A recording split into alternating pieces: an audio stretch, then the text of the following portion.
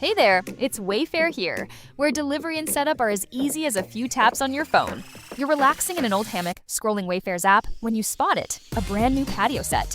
Next thing you know, Wayfair delivers it right to your patio and sets it up. Oh, you need a new grill too? All right, Wayfair's got you covered. With Wayfair's Room of Choice delivery and fast expert setup on qualifying orders, life gets a little easier. Visit wayfair.com or the Wayfair app. Wayfair, every style, every home.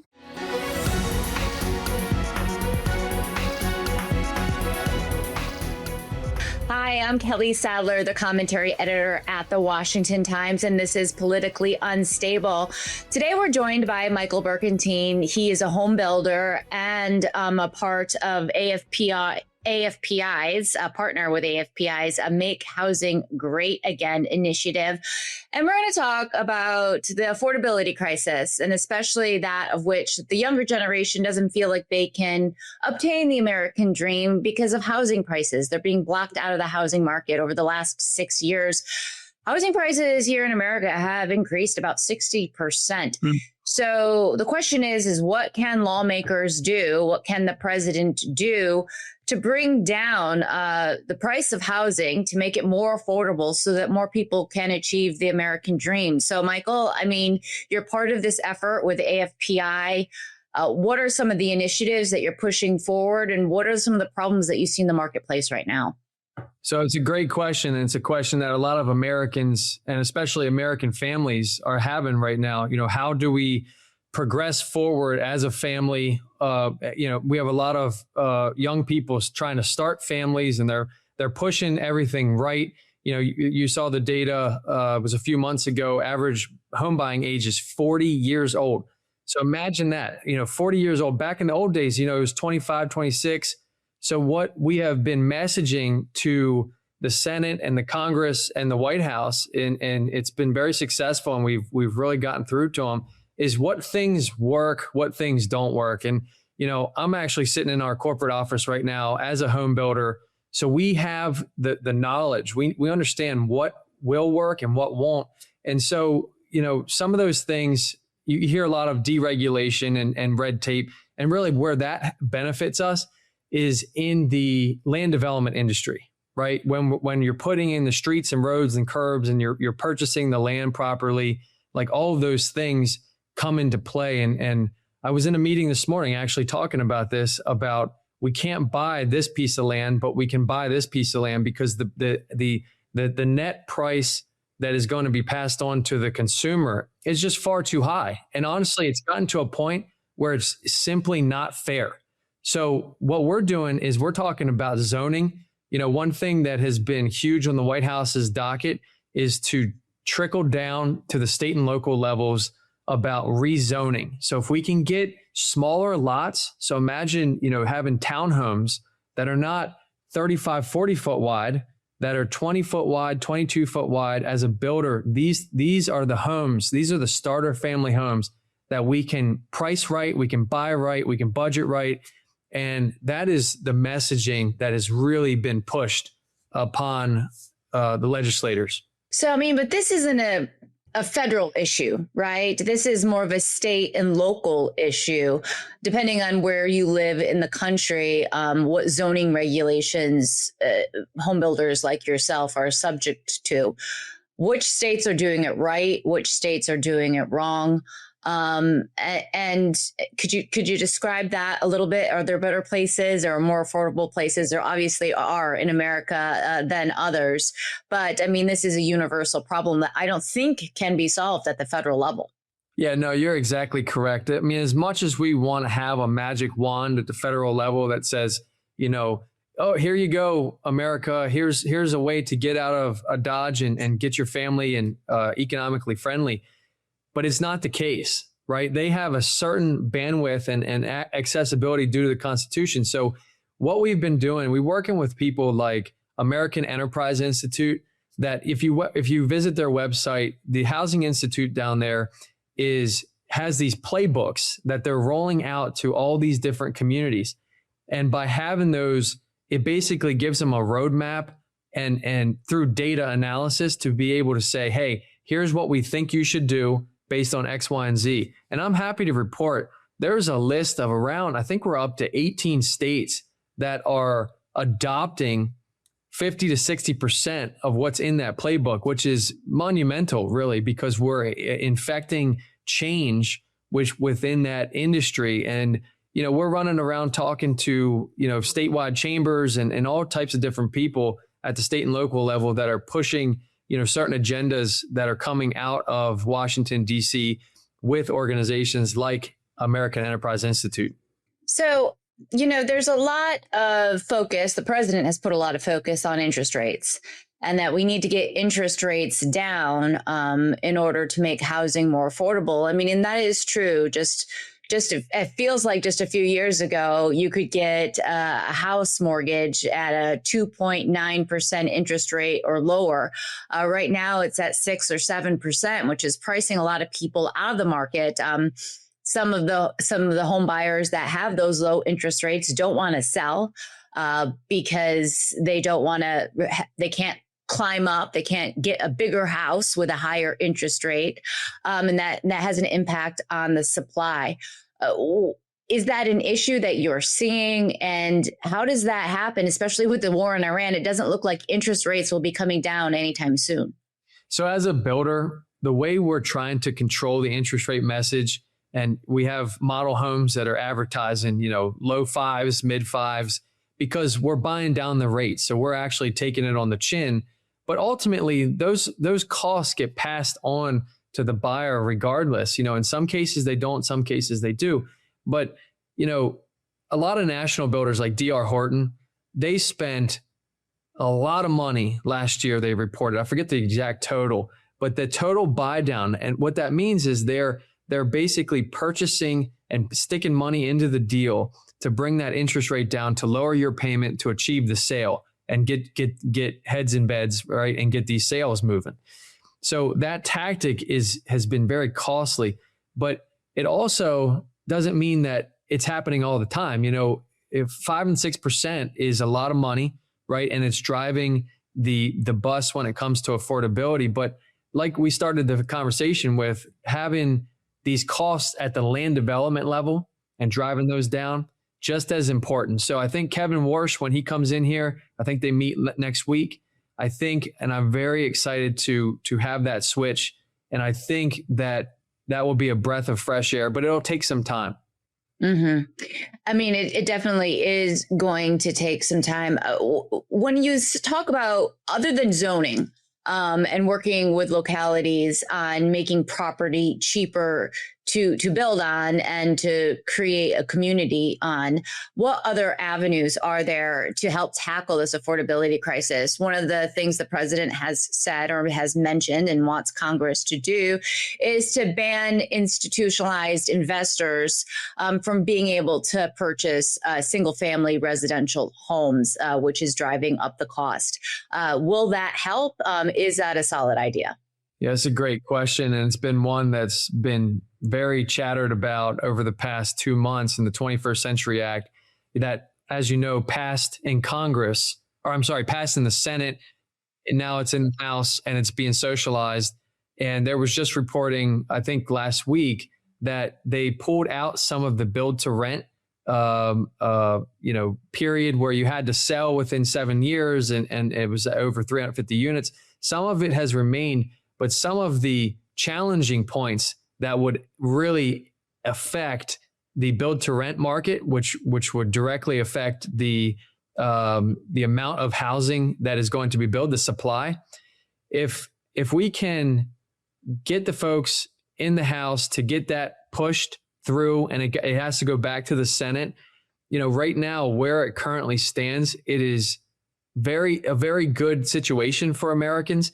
I do believe that the president is correct in his executive order that he wrote that was really focused on scattered site and making sure that institutional investors did not come into neighborhoods that were already pre-existing and buying homes for $40,000, $50,000, $60,000 over retail and driving families out. So I do think the initiative is solid. I really agree with the president on keeping those institutional buyers out of those communities. And I think we do have a really good track right now where we're headed with that. The president has also floated the idea of extending a mortgage. Right now, it's usually a 30-year fixed. He was like, maybe we should go to a 50-year fixed, which would bring down the average price that a family is paying per month for their home. Is that a good idea? So I was on the phone with Bill Pulte last month, and we were talking about this. And if you think about it, most people are in their homes for 7 to 10 years on average. People are moving and graduating as they go through life. So, I really am bipartisan when it comes to this idea. I think that the idea face value is a great idea when it comes to the 50-year, because it allows the total payment for your house to come down, knowing that you're not going to live there for 50 years. I'm kind of like, this is not such a bad idea. And I think that at this point in the game, we need to really think about all cards that are on the table to try to help American families. Yeah, a lot of conservatives are against that, saying that an individual will be paying more in interest than they would actually be, buying the home that they're living in with these prolonged mortgage rates. But I think it's just the affordability. It's the ability to have a home, to make that first purchase, to deduct that interest on your income taxes, and to have a place that you call your own.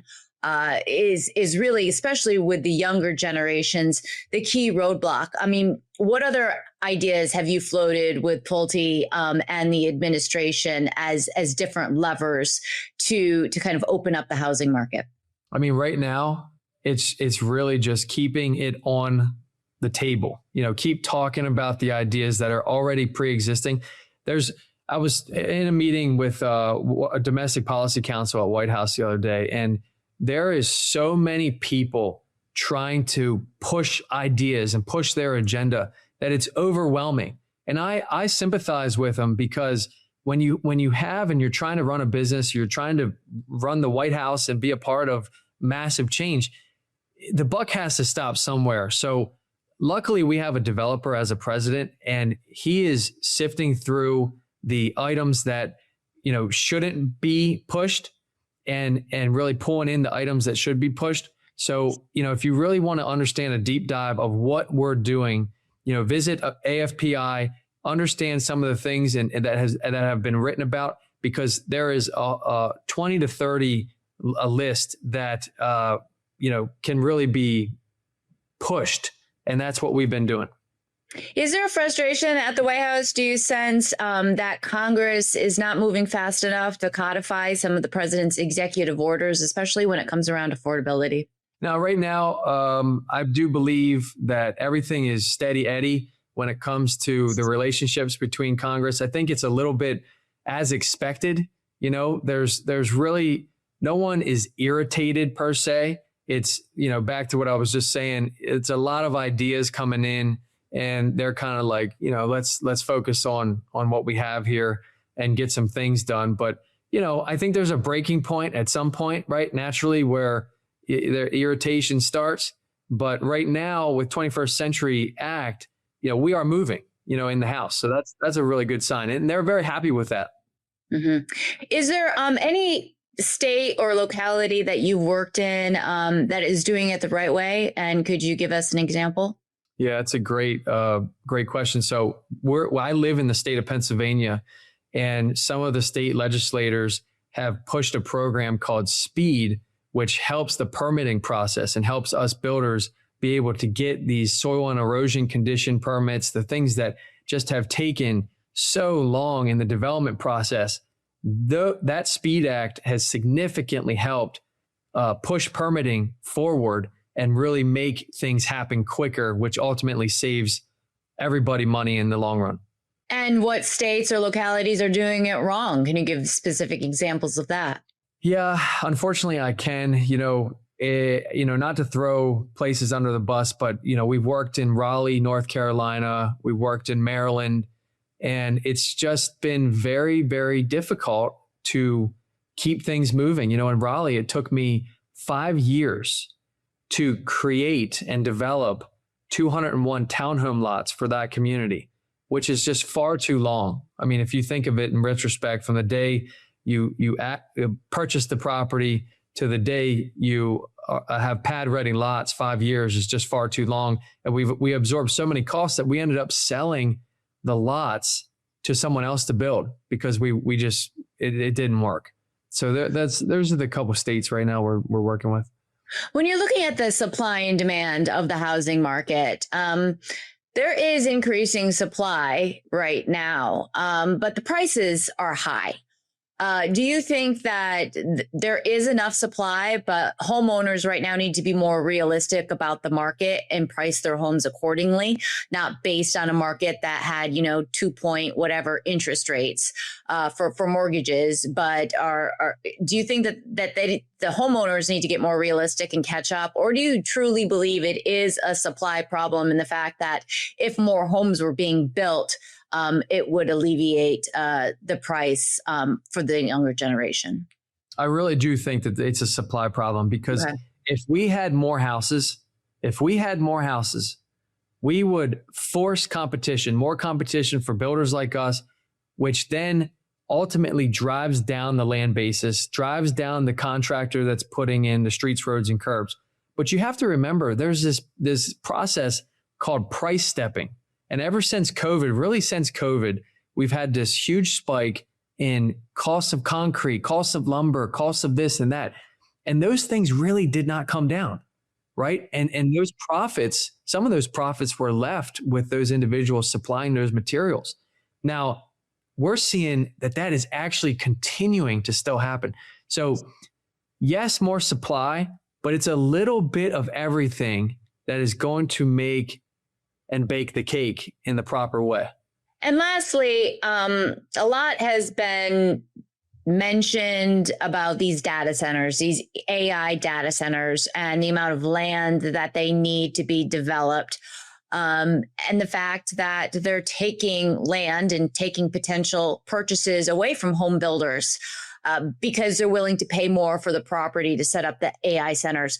Have you run into any of this, and do you see this as a potential problem? I have not ran into this specifically. I am starting to hear chatter in local communities where AI data centers are coming in, and it's kind of odd. It's in places where you wouldn't picture driving down the road and passing a cornfield and then seeing this big center. But I will tell you, when I talk with folks about this, I am passionate about national defense. And I do believe that having an AI data center is a national defense mechanism because, as you know, we're seeing AI, we're going to live in a different world in 10 years. And if we don't keep up with the rest of the world, we will be left behind, and it will be a significant national defense issue. So for that reason, I'm kind of, bipartisan when it comes to what the right thing is. I think that towns and municipalities, we need to keep those areas together, right? Like we do with warehouses, and, we all live in these towns where it's proper planning. So that would be my response to that. All right. Well, I think AI scares a lot of people. I don't think it matters what side of the aisle you're on, if you're a Republican and or Democrat. But you're 100% correct. We've got to face the future. It is the future. We got to learn to adapt with it, put on, as much guardrails as we possibly can, because it is going to be the new world. And if we're not dominant, China will be. And for national security reasons, it's essential that we are. But Michael, thank you so much for joining me today. I appreciate your time and insight. And I encourage all of our viewers to check out AFPI's website and the different ideas that are being floated right now to confront housing affordability. I know it's one of those challenges that the president wants to tackle, but there's only so much that he can do from a federal level. That these are really ideas that need to be brought to your local, your local government and city councils, because as we hit on today, zoning is very important and is one of the key hurdles that limits the supply that is out there. So, but Michael, thank you so much for joining me. I appreciate your time. Yeah, thank you for having me.